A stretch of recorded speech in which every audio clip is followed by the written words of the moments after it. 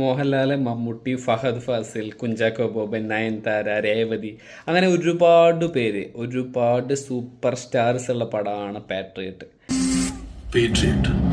Patriot കണ്ടു. Personally എനിക്ക് പടം ഇഷ്ടപ്പെട്ടു. അതായത് ഞാനൊരു മാസ് പടം എക്സ്പെക്റ്റ് ചെയ്ത് പോയ ഒരാളല്ല.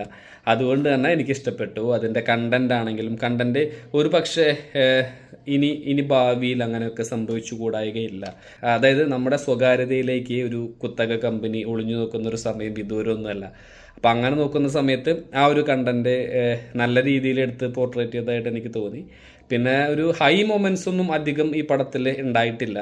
എല്ലാവരും നല്ല രീതിയിൽ ആക്ട് ചെയ്തിട്ടുണ്ട്. ലാലേട്ടൻ്റെ ക്യാരക്ടർ ഒന്നും പറയാനില്ല. ലാലേട്ടൻ വന്നിട്ട് അത് കുറച്ച് വിഷമമുള്ളതാണ്. എന്നാലും ആ ഒരു ക്യാരക്ടർ എന്താണോ, ആ ഒരു ക്യാരക്ടറിലൂടെ പറയാൻ ഉദ്ദേശിച്ച കഥ എന്താണോ, അത് നമ്മളെല്ലാവർക്കും നല്ല രീതിയിൽ മനസ്സിലാക്കി തന്നിട്ടുണ്ട്.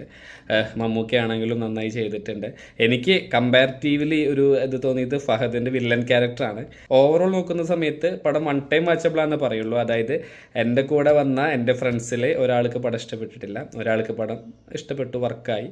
എനിക്ക് പടം വർക്കായി. അതുപോലെ നിങ്ങൾ പടം കണ്ടിട്ട് അഭിപ്രായം പറ.